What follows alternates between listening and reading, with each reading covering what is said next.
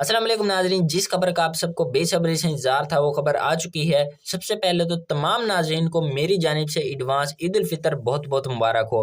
नाजरीन ग्रामी, आपको बताते चलें कि अभी अभी रोहित हलाल कमेटी ने ईद उल फितर सन 2025 की फाइनल डेट का ऐलान कर दिया है।